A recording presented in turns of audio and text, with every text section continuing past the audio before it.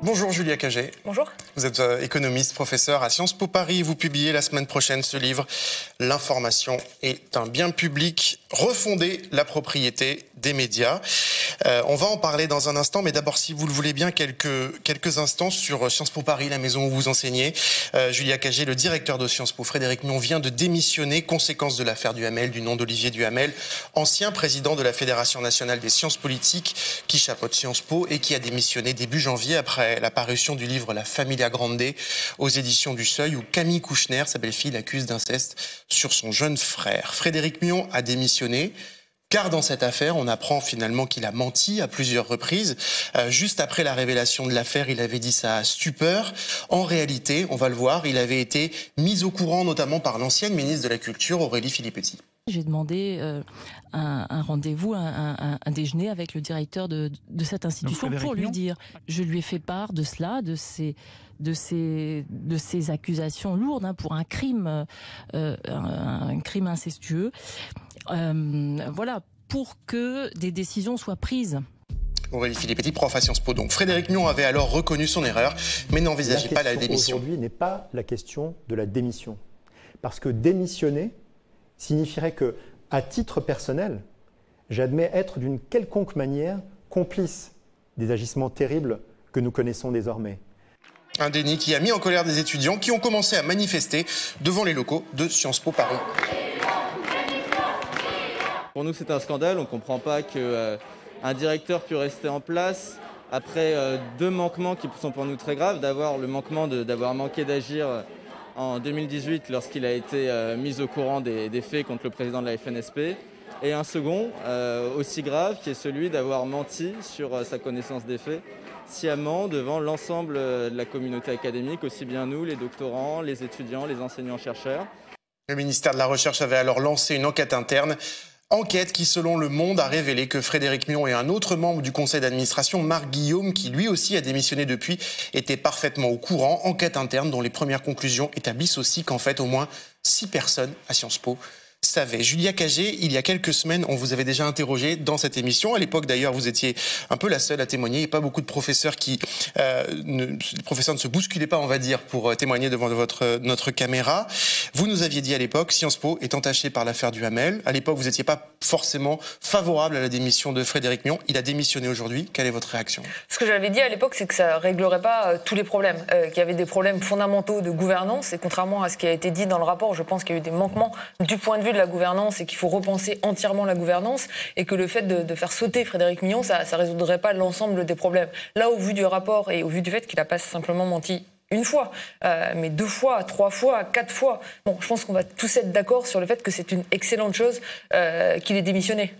Maintenant, il y a tous les autres problèmes à régler, et là, je pense qu'il est vraiment urgent de s'y atteler. Du point de vue des enseignants-chercheurs comme du point de vue des étudiants, on assume vraiment très très mal depuis plusieurs semaines d'être prof à Sciences Po. Enfin, c'est une honte, c'est quelque chose qui vient entacher l'ensemble de l'institution, et je pense qu'il y a des mesures extrêmement fortes qui doivent être prises. Alors vous parlez de mesures pour changer la gouvernance de Sciences Po, on pourrait y revenir brièvement, mais d'abord, est-ce que le conseil d'administration que présidait Olivier Duhamel, dont plusieurs personnes de fait étaient au courant de ce qui se passait, doit démissionner aujourd'hui? Moi, je pense que ce conseil d'administration devrait démissionner collectivement. D'accord. Bon, c'est mon opinion personnelle. Je ne sais pas si elle est partagée par l'ensemble de la communauté, ni étudiante, ni des enseignants-chercheurs. Je pense que collectivement, à partir du moment où les règles du conseil d'administration sont telles que les nouveaux membres du conseil d'administration vont coopter les suivants, sachant que là, on va devoir choisir un nouveau ou une nouvelle présidente de ce conseil d'administration, puis ensuite un nouveau ou une nouvelle directrice de Sciences Po Paris, je pense qu'il faudrait mieux tout remettre à zéro. Donc il doit démissionner collectivement, ce conseil d'administration. C'est mon opinion. Ensuite, je vous la donne comme citoyenne, comme enseignant-chercheur à Sciences Po. Personne ne me l'a demandé. Enfin, vous me l'avez demandé. Donc je vous réponds. Mais à partir du moment où je pense qu'il y a eu des manquements du point de vue de la gouvernance, à partir du moment où Frédéric Mion n'était pas le seul à le savoir, Marc Guillaume était aussi au courant, d'autres personnes étaient aussi au courant, ça ne veut pas dire qu'il y a une responsabilité collective des membres de ce conseil d'administration. Il y a des représentants des salariés, il y a des représentants des enseignants qui sont les premières victimes en fait de ce qui est en train de se passer de ce point de vue-là. Mais il y a une responsabilité politique d'une certaine façon et il devrait y avoir une conséquence. C'est quand même l'instance principale de la la gouvernance. Donc à partir du moment où il y a eu un manquement de cette gouvernance-là, il faut quand même prendre ses responsabilités. Et je pense que ça enverrait aujourd'hui un signal fort. Message passé ce soir dans À l'air libre, d'autant plus que dans d'autres IEP, à Sciences Po Paris aussi, il y a d'autres témoignages sur des violences sexuelles et sexistes. On y reviendra probablement dans les prochaines semaines. Parlons maintenant, si vous le voulez bien, de ce livre, L'information est un bien public, non pas le prix de l'information. L'information est un bien public. Refonder la propriété des médias, que vous publiez la semaine prochaine, le 18 février, coécrit avec Benoît Huet, qui est un juriste. Vous le publiez aux éditions du Seuil. Ce livre nous dit qu'il est nécessaire de déconnecter les médias, en gros, de ces milliardaires qui les contrôlent massivement aujourd'hui en France. Vous faites des propositions pour ça, on va y revenir. D'abord, la première phrase de votre livre, c'est « Demain, il sera trop tard.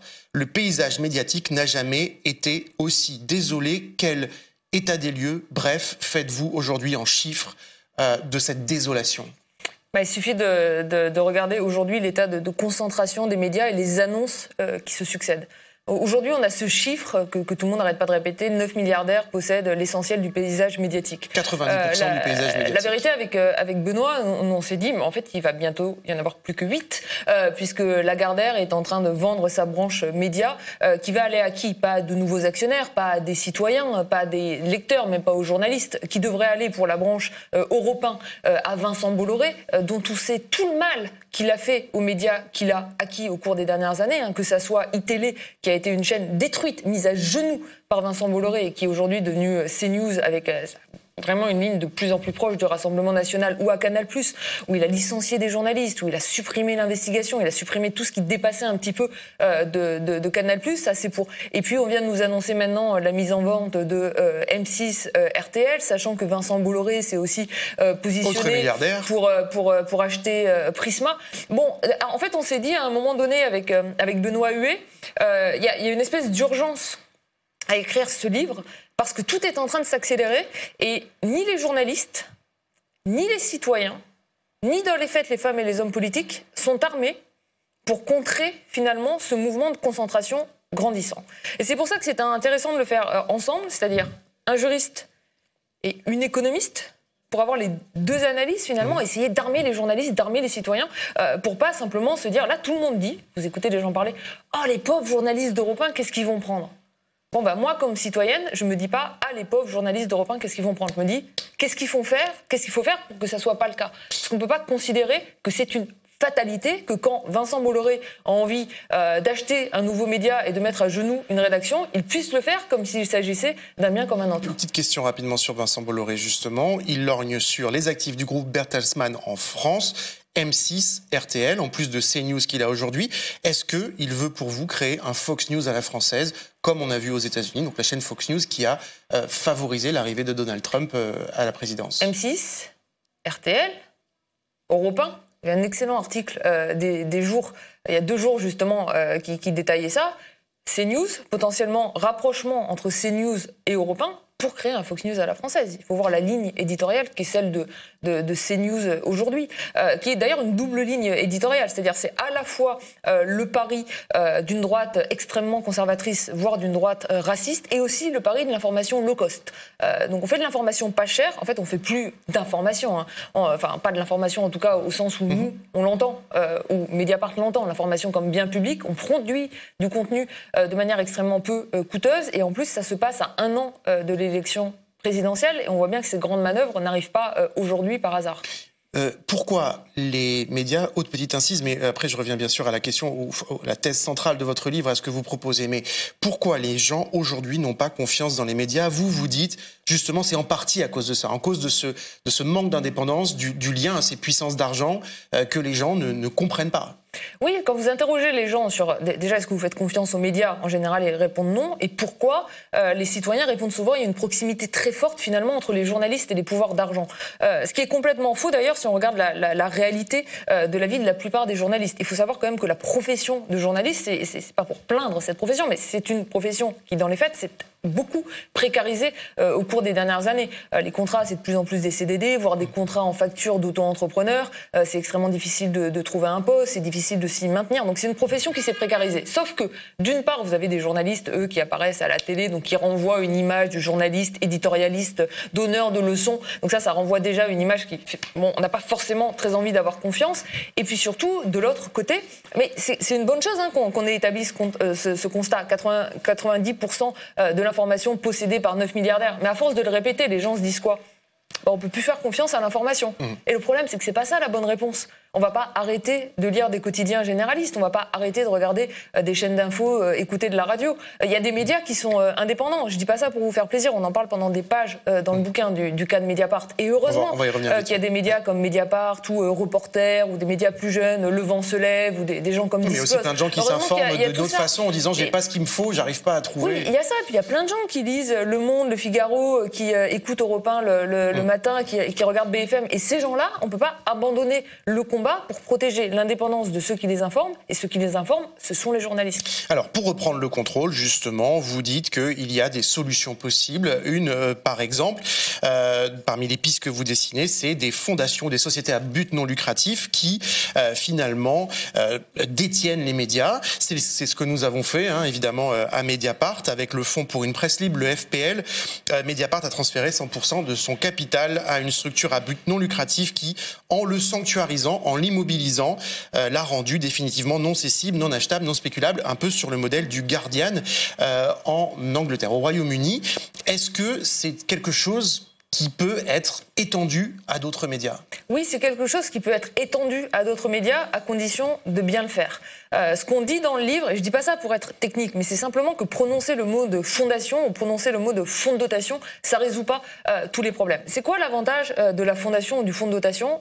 Pour commencer, c'est à but non lucratif. C'est pas pour rien que notre livre s'appelle « L'information est un bien public ». On considère que comme l'information est un bien public, elle doit être sortie de la pure logique du marché et de la maximisation du profit. La fondation, ça permet ça. Mais ensuite, il y a d'autres problèmes à régler. Et un des principaux problèmes qu'il faut régler aujourd'hui, c'est celui de la gouvernance de ces médias. Prenons un autre exemple, le cas de Libération. Libération a fait, comme Mediapart, un fonds de dotation. Comme Mediapart, sur le papier. Mais en réalité, le fonds de dotation, ça n'empêche pas, en soi, un, que le média soit vendu, deux, qu'il y ait une gouvernance qui implique les journalistes. À Mediapart, ça a été écrit, c'est-à-dire que le fonds de dotation n'a pour seule raison, finalement, d'exister, comme le Scott Trust pour le Guardian, que le fait que Mediapart puisse exister. C'est pas le cas à Libération. Et surtout, à Libération, vous avez un fonds de dotation avec un conseil d'administration, on revient en question de gouvernance, qui n'a que 3 administrateurs, dont 2 nommés par SFR.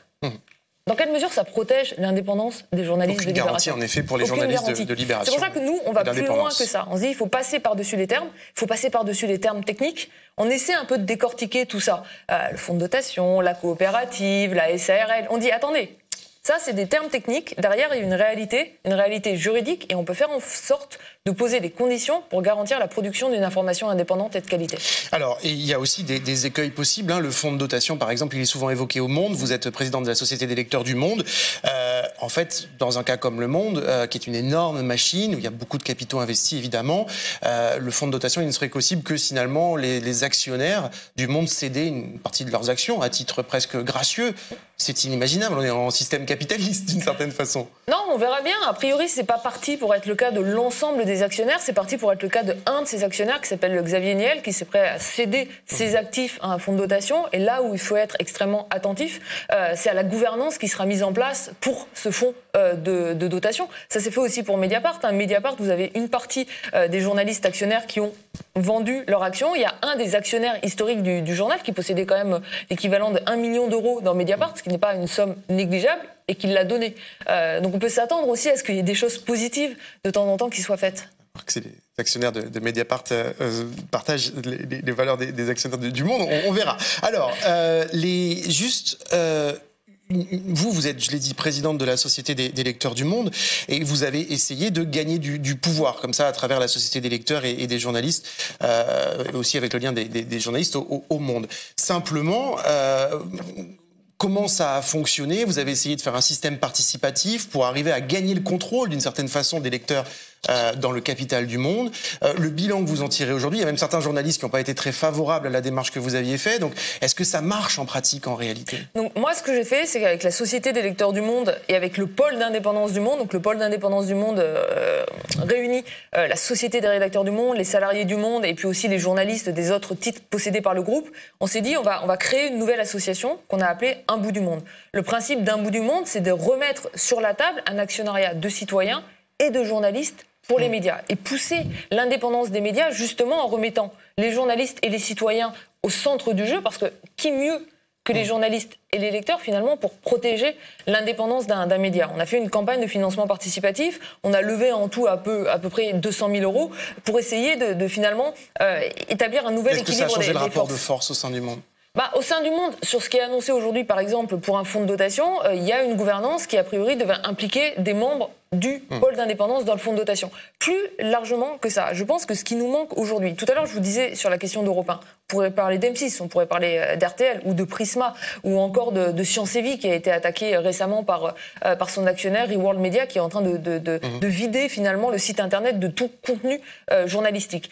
Quand les journalistes cherchent de l'aide, quand ils se retournent, quand ils sont attaqués par un actionnaire, il n'y a personne pour leur venir en soutien. D'une certaine manière, quand il y a des affaires de corruption, on a Anticor par exemple qui est là pour soutenir l'indépendance des médias. On pourrait penser aussi qu'un bout du monde pourrait avoir un espèce de rôle d'anticorps des médias finalement, et de dire, quand il se passe, par exemple, à Europe 1, ou alors à Europe 1, quand même, pour dire les choses telles qu'elles sont, à Europe 1, les journalistes ne vont pas pouvoir prendre la clause de cession. La clause de cession, c'est quoi? C'est une disposition qui a été introduite en 1935 dans la loi française pour permettre à des journalistes, en cas de changement d'actionnariat, et pour justement préserver leur liberté de journaliste, de pouvoir quitter leurs médias dans de bonnes conditions. Il se trouve qu'à Europe 1, innovation de Jean-Pierre Elkabbach, quelques dizaines d'années, pour payer moins d'impôts, ils ont décidé quoi? Que les journalistes d'Europe 1 n'étaient pas les journalistes d'une radio, mais les journalistes d'une agence de presse, Europe News. Donc, et du coup, aujourd'hui, les journalistes d'Europe 1 ne peuvent pas prendre la clause de cession.